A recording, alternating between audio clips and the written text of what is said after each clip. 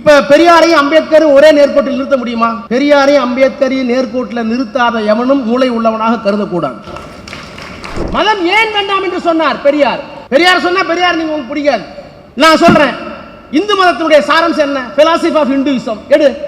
நாளே நாள் தானே கிரேடட் இன்இக்வாலிட்டி. பெண்ணுக்கு உரிமை கொடுக்காத, சொத்து கொடுக்காத, படிக்க விடாத யாரையும். இந்த நாலு தான் இந்து மதத்தினுடைய தத்துவம் என்று பெரியார் சொன்ன போது உங்களுக்கு கோபம் வரல. அம்பேத்கர் தான் சொன்னார் புத்தகத்தில். அதனால்தான் நாங்கள் ஒரு நேர்கோட்டில் நிறுத்துகிறோம். இந்த 4 கொள்கைகளையும் ஆதரித்தது ஆரியம், அதை மறுத்தது திராவிடம், அதை மறுத்தவர் பெரியார். அது சரி என்று சொன்னவர் அம்பேத்கர். எனக்கு இருக்கிற ஒரே தலைவர் அம்பேத்கர் பெரியார் சொன்னார். தமிழ்நாட்டு மக்கள் என்னிடம் வர வேண்டாம், எனக்கும் சேர்த்து தலைவர் தமிழ்நாட்டில் இருக்கிறார் என்று அவர் சொன்னார். அந்த 2 பேத்துக்கும் பிரச்சனை இல்லை. உனக்கு என்ன பிரச்சனை?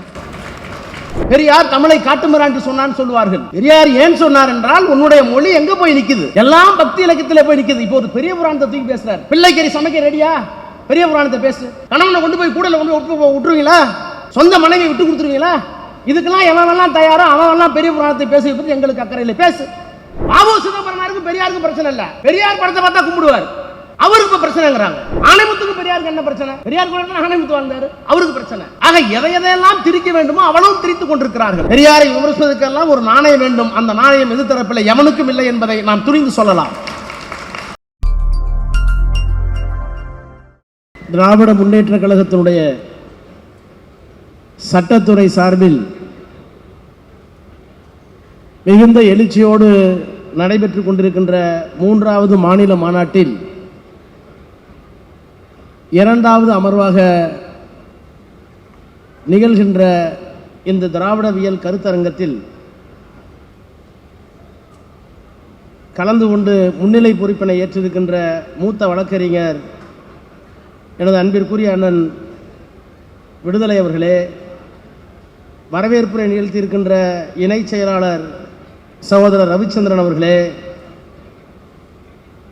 தொகுப்பாளர் சட்டத்துறையின் துணை செயலாளர் சந்துரு அவர்களே,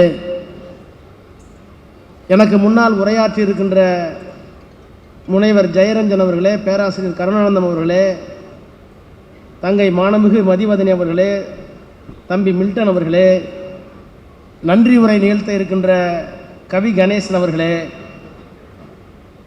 இந்த வரலாற்று சிறப்புக்கு மாநாட்டை முழுமையாக பொறுப்பேற்று இணை துணை அமைப்பாளர்களோடு ஒன்றிணைந்து மிகச்சிறப்பாக நடத்தி கொண்டிருக்கின்ற மூத்த வழக்கறிஞர் என்ஆர் இளங்கோ அவர்களே, அவரோடு இணைந்து பணியாற்றுகின்ற அனைத்து நிர்வாகிகளே, வருகை இருந்திருக்கின்ற கற்றறிந்த வழக்கறிஞர் பெருமக்களே, பத்திரிகையாளர்களே, திராவிட முன்னேற்ற கழகத்தின் ஏனைய முன்னோடிகளே, பத்திரிகை மற்றும் ஊடகவியல் நண்பர்களே, அனைவருக்கும் வணக்கம். நான் பேச வந்திருக்கிற நேரம் மட்டும் இக்கட்டான நேரம் அல்ல. எனக்கு கொடுத்திருக்கிற தலைப்பும் ஒரு நெருக்கடியான தலைப்பு. சமையல் அறையில் இருக்கின்ற அஞ்சரை பெட்டியில் பருப்பு இருக்கும், உளுந்தம்பருப்பு இருக்கும், கடுகு இருக்கும், சீரகம் இருக்கும், எல்லா மளிகை பொருட்களும் இருக்கும். அப்படி இருக்கின்ற ஒரு இடத்தில் சமைப்பது எளிது. ஆனால் அஞ்சரை பெட்டியில் இருக்கின்ற எல்லாவற்றையும் எடுத்து வெளியே தள்ளிவிட்டு திராவிட இயல் என்று சொல்லி அதிலே இருக்கின்ற ஒவ்வொரு தலைப்பையும் திராவிடம் ஏற்படுத்திய பொருளாதார மாற்றம் என்ன, அதற்கு ஒருவர் பேசிவிட்டார். தமிழ் தேசியமும் திராவிடமும், அதற்கு ஒருவர் பேசிவிட்டார். திராவிடம் பேசும் சமத்துவம், அருமை தங்கை பேசிவிட்டார். திராவிடத்தால் விளைந்த சமூக மாற்றம், இன்னொரு தம்பி பேசிவிட்டார். இத்தனை தலைப்பையும் எடுத்து விட்டதற்கு பிறகு திராவிட இயல் என்று ஒரு தலைப்பை கொடுத்து இப்படி ஒரு நெருக்கடியை அன்பிற்குரிய சகோதரர் இளங்கோ அவர்கள் எனக்கு ஏன் தந்தார் என்று தெரியவில்லை. என்றாலும் கூட இன்றைக்கு பேசு பொருளாக இருக்கின்ற இந்த திராவிடவியல், திராவிட தத்துவம், இவற்றை வழக்கறிஞர்கள் தெரிந்து கொள்ள வேண்டும் என்பதற்காக மட்டுமல்ல, வழக்கறிஞர்கள் மூலமாக பரப்பப்பட வேண்டும் என்கின்ற நல்ல எண்ணத்தில் இந்த கருத்தரங்கத்தை திராவிட இயல் கருத்தரங்கம் என்று வடிவமைத்திருக்கின்ற சட்டத்துறைக்கு, என்ஆர் இளங்கோ அவர்களுக்கு, அவரோடு பணியாற்றுகின்ற வழக்கறிஞர் பெருமக்களுக்கு என்னுடைய நன்றியை, பாராட்டுதலை முதலில் நான் தெரிவித்துக் கொள்கின்றேன். திராவிடம் உண்டா இல்லையா, திராவிடம் பொய்யா உண்மையா, திராவிடத்தால் வாழ்ந்தோமா வீழ்ந்தோமா என்றெல்லாம் விவாதங்கள் நடந்து கொண்டிருக்கின்ற இந்த நேரத்தில் இந்த ஆட்சி திராவிட மாடல் ஆட்சி என்று நம்முடைய மாண்புமிகு முதலமைச்சர் அவர்கள் இந்தியாவிற்கே பறைசாற்றிக் கொண்டிருக்கின்ற இந்த நேரத்தில் திராவிடத்தால் விளைந்த நன்மைகளை மறந்துவிட்டு பேசக்கூடிய புல்லுருவிகள் நடமாடுகின்ற ஒரு நேரத்தில் இந்த தலைப்பை கற்றறிந்த வழக்கறிஞர் பெருமக்கள் கேட்க வேண்டும் என்பதற்காக வழங்கியிருக்கிறார்கள். எது திராவிடம் என்று வரையறுக்க வேண்டும் என்றால், நிலத்தால் திராவிடம் வரையறுக்கப்பட்டது ஒரு காலத்தில். வட வேங்கடம் முதல் குமரி ஆயிடை என்று இலக்கியம் பேசுகிறது. நிலப்பரப்பால் இருந்த திராவிடம் இருந்தது, மொழியால் இருந்த திராவிடம் இருந்தது. கன்னடமும் கலிதெலுங்கும் கவின் மலையாளமும் தாயே தமிழே உன் உதிரத்தே உதித்தெழுந்தே ஒன்று பல ஆயிடினும் ஆரியம்போல் உலக வழக்கு அழித்து ஒளிந்து சிதையா உன் சீரிழமை என்று சொன்ன நேரத்தில் திராவிடம் மொழியால் வாழ்ந்தது, நிலத்தால் வாழ்ந்தது, மொழியால் வாழ்ந்தது. அதற்கு பிறகு பண்பாட்டு தளத்தில் அது வாழ்ந்தது. திராவிட பண்பாடு என்ற ஒரு மிகப்பெரிய பண்பாட்டை கே பிள்ளை அவர்கள் தமிழக வரலாறும் பண்பாடும் என்ற நூலிலே தொகுத்து வழங்கியிருக்கிறார். சுருங்க சொல்ல வேண்டும் என்று சொன்னால், அக்னி நம்முடைய பண்பாட்டில் இல்லை, யாகம் நம்முடைய பண்பாட்டில் இல்லை. நெருப்பை வழிபடுவது திராவிட மரபு அல்ல, அது ஆரிய மரபு. குடமுழுக்கு என்று சொன்னாலும், இறந்தவர்களை குளிப்பாட்டுவதாக இருந்தாலும், புனித நீர் ஆட்டுவதாக இருந்தாலும் தண்ணீரை பயன்படுத்துவதுதான் திராவிடம் பண்பாட்டில் இருக்கிறது. என்ன காரணம்? ஆரியம் குளிர் பிரதேசம் இருந்த காரணத்தினால் அவர்களுக்கு தீ தேவைப்பட்டது, நாம் வெப்ப பசத்தில் இருந்த காரணத்தினால் நமக்கு தண்ணீர் தேவைப்பட்டது. எனவே பண்பாட்டில் நீர் தொடங்கி சாப்பிடுகின்ற சாப்பாடு வரை பண்பாட்டில் திருமண முறையில் திராவிடம் தனி அடையாளத்தோடு இருந்தது. இப்படி நிலத்தில், மொழியில், பண்பாட்டில் எல்லா தளங்களிலேயும் திராவிடம் கண்டறியக்கூடிய ஒரு திடமான பொருளாக, வரலாறாக இருந்தது என்பதை நம்முடைய முன்னோர்கள் தொகுத்தார்கள். ஆனால் இன்றைக்கு என்ன சொல்லுகிறார்கள்? எது திராவிடம்? திராவிடம் இல்லை என்று சொல்லுகிறார்கள். ஆனால் திராவிடம் இல்லை என்று சொல்லுகிறவர்களே ஆரியம் இல்லை என்று சொல்லுகிறார்களா என்றால், நிர்மலா சீதாராமன் வரை ஆரியம் இருப்பதை ஒப்புக்கொள்ளுகிறார்கள், ஆரியவர்தனம் என்று ஒப்புக்கொள்கிறார்கள், ஆரிய சமாஜத்தை ஒப்புக்கொள்ளுகிறார்கள், ஆரியம் என்கிற வரலாற்று உண்மையை ஒப்புக்கொள்ளுகிறார்கள், ஆரியம் என்கின்ற பண்பாட்டை ஒப்புக்கொள்ளுகிறார்கள். ஆக ஆரியம் இருக்கிற காரணத்தினால் திராவிடத்தை மறுக்க வேண்டுமா? ஆரியமும் திராவிடமும் இந்த மண்ணினுடைய இரண்டு பண்பாட்டு கூறுகள் என்பதை எல்லா வரலாற்று தரவுகளோடும் நிறுவியிருக்கிறார்கள். அது பி.டி. சீனிவாச ஐயங்காரா, அதற்கு பிறகு கே பிள்ளையா, நீலகண்ட சாஸ்திரியா, வரலாற்றுடைய எல்லா ஆசிரியர்களும் இந்த மண்ணில் இரண்டு பண்பாடு இருந்தது. ஒரு பண்பாடு தமிழை அடிப்படையாக கொண்ட திராவிட பண்பாடு, அதனுடைய கிளைமொழிகளோடு சேர்ந்து. இன்னொரு பண்பாடு சமஸ்கிருதத்தை அடிப்படையாக கொண்ட பண்பாடு. நான் இன்னும் சொல்லுகிறேன், திராவிட இயக்கம் எது, திராவிட இயல் எது என்று சொன்னால், சுருக்கமாக நான் சொல்ல வேண்டும் என்று சொன்னால் பலருக்கு குழப்பம் வரும். எப்போது பெரியார் வந்தார்? பெரியார் தமிழை காட்டுமிராண்டி என்று சொன்னார். அப்படி சொன்னா அண்ணாவை ஏற்றுக்கொண்டாரா? அண்ணா பெரியாரை விமர்சித்தது இல்லையா? சட்டமன்றத்தில் பெரியாரை பேசியது இல்லையா? இவையெல்லாம் இன்றைக்கு இருக்கின்ற புல்லுருவிகள் குறுக்குத்தனமான கேள்வி. பெரியாரை விமர்சிப்பதற்கெல்லாம் ஒரு நாணயம் வேண்டும். அந்த நாணயம் எது தரப்பில்லை, எவனுக்கும் இல்லை என்பதை நாம் துணிந்து சொல்லலாம். பெரியார் சொன்னார், என் நிலைகளை நான் மாற்றியிருப்பேன். பெரியார் சொன்னார், என் நிலைகளை நான் மாற்றியிருப்பேன், பொய் சொல்லி இருப்பேன், ஆனால் எதையும் எனக்காக செய்ததில்லை, இந்த மக்களினுடைய இழிவு போக வேண்டும் என்பதற்காக செய்திருப்பேன். அவர் ஒன்று நிலைகளை மாற்றி இருக்கிறார், பொய் சொல்லி இருப்பார். ஆனால் அவர் பார்க்க விரும்பிய சமுதாயம் எதுவோ அதற்காக அதை பயன்படுத்தினார். பெரியாருக்கு இருக்கிற மிகப்பெரிய அடையாளம் எது? 1980களில் 1950களில் அந்த குடும்பம் மிகப்பெரிய வருமான வரியை கட்டிய குடும்பம், சொல்லிக் கொள்வதற்கு சாதி பெருமிதம் இருந்த குடும்பம். அவரே சொன்னாராம், நான் மைனராக இருந்தேன் ஒரு காலத்தில். அதை சொன்னதால் அவரை கொச்சைப்படுத்துகிறார்கள். சொல்லாமல் நீங்கள் என்ன அயோக்கியத்தனம் பண்ணி கொடுப்பீங்க எங்களுக்கு தெரியும். ஆக ஒரு ஆணாக பிறந்து பெண்ணுக்காக போராடியவன், ஒரு முதலாளியாக பிறந்து தொழிலாளிக்கு போராடியவர், உயர்ந்த பெருமிதம் கொள்ளுகின்ற சாதி என்று சொல்லுகின்ற ஒரு சாதியிலே பிறந்து ஒடுக்கப்பட்ட தாழ்த்தப்பட்ட மக்களுக்காகவும் போராடியவன். இந்த அடையாளத்தோடு இந்தியாவில் இன்னொரு தலைவன் இல்லை என்பதை நாம் தெரிந்து கொள்ள வேண்டும். அப்ப திராவிடம் எங்கே வருகிறது? நிலம், மொழி, பண்பாடு எல்லாம் வருகிறதாக இருந்தாலும் இன்றைக்கு திராவிடம் எப்படி இருக்கிறது என்பதை நம்முடைய மாண்புமிகு முதலமைச்சர் முத்துவேல் கருணாநிதி ஸ்டாலின் அவர்கள் சொன்னார். நிலம் ஒரு காலத்தில், மொழி ஒரு காலத்தில், பண்பாடு ஒரு காலத்தில், இப்போது திராவிடம் என்பது எங்களுக்கு கருத்தியல். எதற்கு மாற்றான கருத்தியல்? 1913 திராவிட சங்கம், அதற்கு மொழிக்கு சம்பந்தம் இல்ல. 1916 பார்ப்பனர் அறிக்கை கொடுத்தார்கள். தென்னிந்திய நல உரிமை சங்கம், அப்பவும் மொழிக்கு சம்பந்தம் இல்ல. திராவிட இயக்கத்தினுடைய மூலவர்கள் தமிழர்கள் இல்லை என்று குற்றச்சாட்டு உண்டு. அதற்குள்ளே நான் போக விரும்பவில்லை. 13 தொடங்கிய போது, 16 தொடங்கிய போது மொழிக்கும் இந்த இயக்கத்துக்கு சம்பந்தம் இல்லை. சமத்துவம் தான் கேட்டாங்க, கல்வியில உரிமை கேட்டாங்க, வேலை வாய்ப்புல உரிமை கேட்டாங்க. பார்ப்பனர் அல்லாத ஒரு அறிக்கை வந்தது.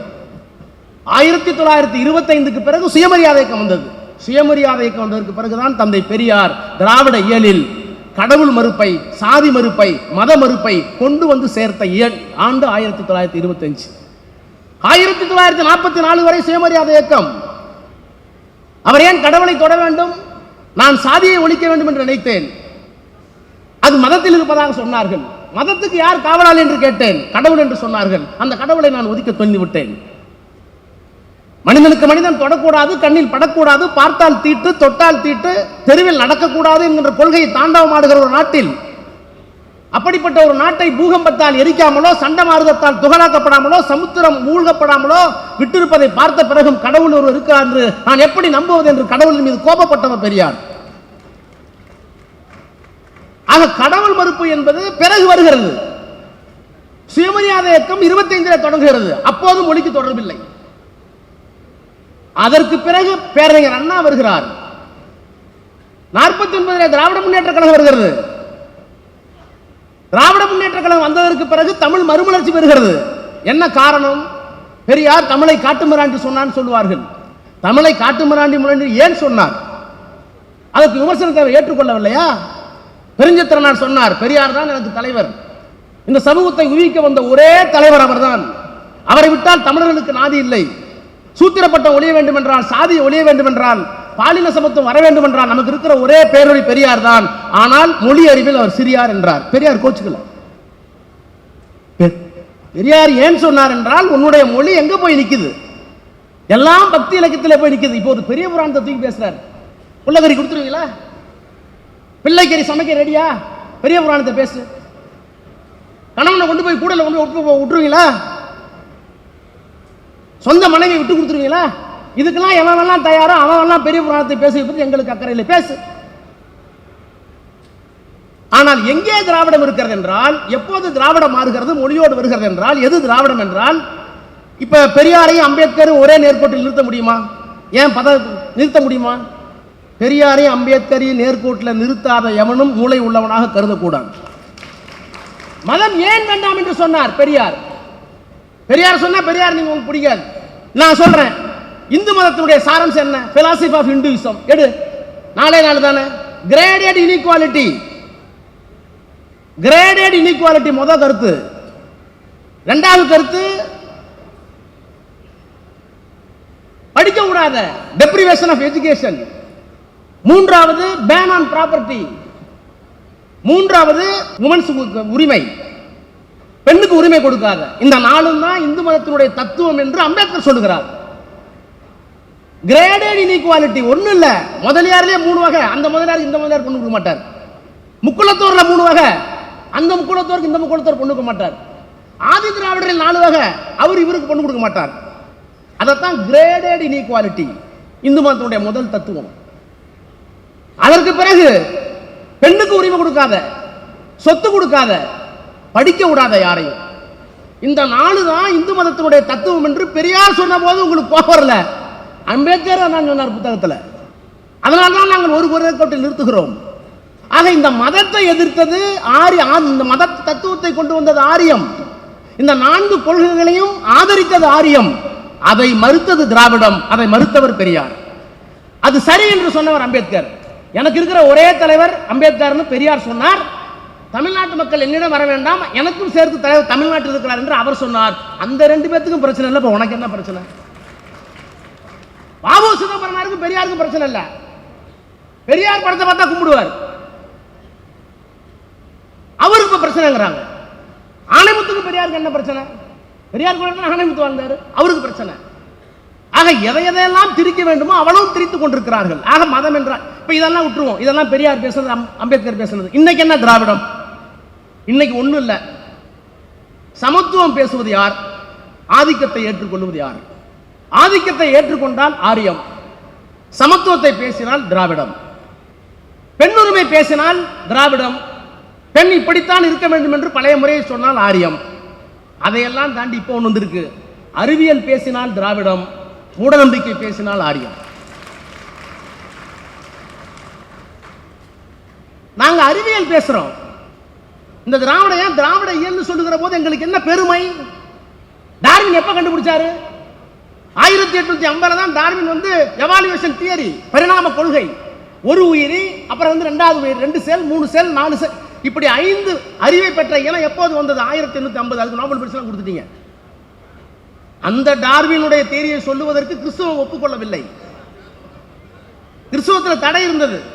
டார்வினுடைய கொள்கையை பார்த்துவிட்டு இந்த கொள்கை எவ்வளவு உயர்ந்த கொள்கை, இவ்வளவு பெரிய தத்துவமா இருக்குன்னு சொல்லி கார்ல் மார்க்ஸ் தான் எழுதிய தாஸ் கேபிட்டல் புத்தகத்துக்கு அணிந்துரை கேட்டார் டார்வின்.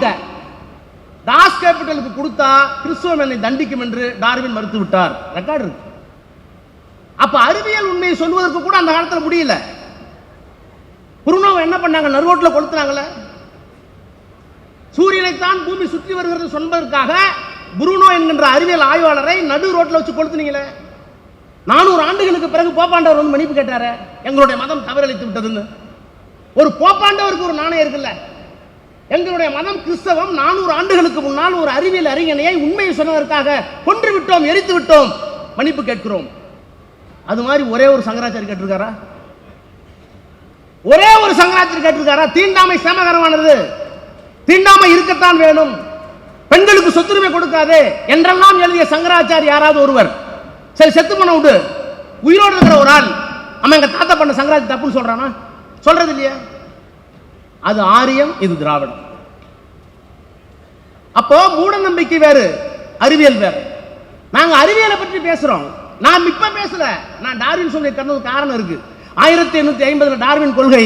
ஆனால் 2000-3000 ஆண்டுகளுக்கு முன்பால் தொல்காப்பியம் சொல்லுகிறது, ஒன்றறிவதுவே உற்றறிவதுவே, இரண்டறிவதுவே அதனோடு நாக்கே, மூன்றறிவதுவே அதனோடு மூக்கே, நான்கறிவதுவே அதனோடு கண்ணே, ஐந்தறிவதுவே அதனோடு மனனே, செவியே, ஆறறிவதனே அதனோடு மனனே.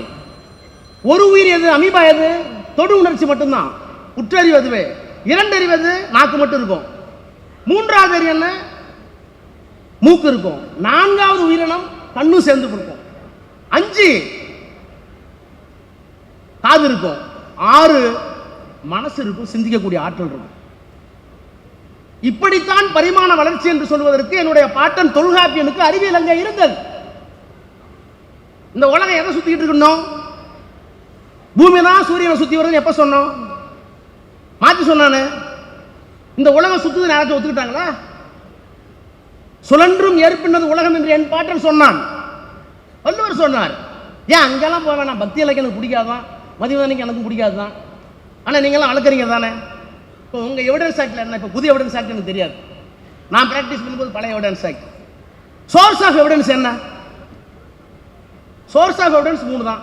Documentary evidence, direct evidence, customary evidence. இந்த 3 தானே. இந்தியன் எவிடன்ஸ் ஆக்டில் அதான் இருந்தது. எப்போ கொண்டு வந்தீங்க? 1800 கொண்டு வந்தீங்க, மெக்காலா கல்வி முறைக்கு பிறகு. ஆனால் எங்க பக்தி இலக்கியத்தில் இருக்க, திருவிளையாடல் இருக்க, சுந்தரனார் இன்னொரு பேர் வந்து எடுத்திருப்பாரு. அவர் வந்து தான் கொடுத்த வாக்குறுதியை மீறி கல்யாணம் பண்ணிக்க போவார், திருமணம் பண்ணிக்க கூடாது. அவர் திருமணம் பண்ணிக்க போறார் சுந்தரர். அதை தடுத்து ஆட்டுக் கொள்வதற்கு சிவபெருமான் வர்றார். கதை போய், ஆனால் எழுதி வச்ச நேரத்தில் என்ன இருக்குன்னு பாருங்க. கல்யாணம் பண்ணிக்க கூடாது என்பது ஏற்கனவே அவருக்கு விதிக்கப்பட்ட விதி. அதை தாண்டி சுந்தரர் திருமணம் செய்து கொள்ள போகிறார். ஒரு அடிமை திருமணம் செய்யக்கூடாது அப்ப இருக்கு. அப்ப சிவபெருமான் போய் சொல்றாரு, நீ எனக்கு அடிமை, திருமணம் பண்ணக்கூடாதுங்கிறாரு. நான் ஒரு பிராமணன், எப்படி நான் வந்து ஒரு அந்தனர் எப்படி பிராமணா இருக்க அடிமையா இருக்க முடியும்? நான் சூத்திரம் இல்லையே. நான் அடிமை என்பதற்கு என்ன? அப்ப கேட்கிறார் சுந்தரர், நான் அடிமையா? காட்டு. ஆட்சியில், ஆவணத்தில், அன்றி காட்சியில் மூன்றில் ஒன்று காட்டுவாய். ஆட்சியில், ஆவணத்தில், அன்றி காட்சியில் மூன்றில் ஒன்று காட்டுவாய். ஏய், 3 எவிடன்ஸ் கூட எனக்கு. தமிழை எழுதி வச்சிருக்கான். இலக்கிய முட்டாள்தனமா இருக்கலாம், ஆனால் இன்னைக்கு இருந்த நடப்பு எவிடன்ஸ் ஆக்ட் எங்கள்கிட்ட இருந்திருக்கு, அறிவியல் இருந்திருக்கு, எல்லாம் இருந்திருக்கிறது. ஆக இந்த திராவிட இல்லைன்னா எதுன்னா மொழி, பகுத்தறிவு, சமூக நீதி. எதற்காக சொல்றேன்னா, இந்த திராவிடங்கிறது போய்ங்கிறான்ல, தமிழுக்குன்னு தனி இதெல்லாம் இல்லைங்கிறான்ல, அதுக்கு சொல்ல வரேன். சமூக நீதி. அப்ப கிரேடர் இன்இக்வாலிட்டி, மதம், சாதி ஒளிந்த ஒரு தமிழ் சமுதாயம் இந்த மண்ணில் இருந்தது. அந்த மாண்பை மீட்டெடுப்பது தான் திராவிடம். திராவிடம் என்பது வெறும் சமூக நீதி மட்டும் அல்ல. திராவிடம் என்பது நம்ம மொழிக்கான பெருமையை சேர்த்து. ஏன்னா இந்த மொழி தான் சமத்துவம் பேசினுச்சு, இந்த மொழி தான் அறிவியல் பேசினுச்சு, இந்த மொழி தான் அறிவியல் கூறுகளை கொண்டது. இது சமஸ்கிருதத்தில் இல்லை, ஆரியத்தில் இல்லை. ஆரியத்தில் இல்லாத காரணத்தினால் இது திராவிட நெறி. இந்த திராவிட நெறி தான் எங்களுக்கு அடையாளம். அதுதான் திராவிட இயல். வெறும் ரிசர்வேஷன் மட்டும் திராவிட அல்ல, வெறும் தமிழ் மட்டும் திராவிட அல்ல. இந்த மொழியும் இந்த இனமும் இந்த பண்பாட்டு கூறுகளும் சேர்ந்த ஒரு இனம் வாழ்ந்தது. அதைத்தான் I belong to Dravidian stock. When I am claiming there is a Dravidian stock, we are having something distinct, something different to offer to at large to the nation. எங்கள் இனத்திற்கு ஒரு சிறப்பு இருக்கிறது. நான் திராவிடன் என்று சொல்லிக் கொள்வதில் பெருமைப்படுகிறேன். ஏனென்றால் இந்த உலகத்திற்கு வழங்குவதற்கு எங்களிடத்திலே தனித்த அடையாளம் உள்ள வேறுபட்ட கொள்கைகள் இருக்கிறது. அந்த கொள்கை வேறு எவனிடத்தில் இல்லை என்று பொருள். எனவே இதுதான் திராவிடம், இதுதான் திராவிட நெறி, இதுதான் திராவிட இயல். எனவே நிலமாக இருந்தது, மொழியோடு இருந்தது, பண்பாட்டோடு இருந்தது. அது இப்போது எங்கே என்று கேட்கிறார்கள். இவையெல்லாம் கலந்த கலவையாக இன்றைக்கு திராவிடவியல் கருத்தியலாக இருக்கிறது. அந்த கருத்தியல் ஆரியம் சொல்லுகின்ற அனைத்திற்கும் எதிராக இருக்கிறது. எனவே திராவிட இயக்கத்தை காப்பாற்ற வேண்டிய பெரு பொறுப்பை திராவிட மாடல் ஆட்சி நடத்தி கொண்டிருக்கின்ற நம்முடைய நாயகர் மாண்புமிகு முத்துமையல் கருணாநிதி ஸ்டாலின் அவர்கள் இன்றைக்கு திராவிட மாடல் அரசு என்று முன்னெடுத்திருக்கிறார். இந்த திராவிட மாடல் அரசு மட்டுமல்ல, திராவிட கருத்தியலும் வெற்றி பெற வழக்கறிஞர் சங்கத்தையும் சேர்ந்து போராட அழைக்கிறேன். நன்றி, வணக்கம்.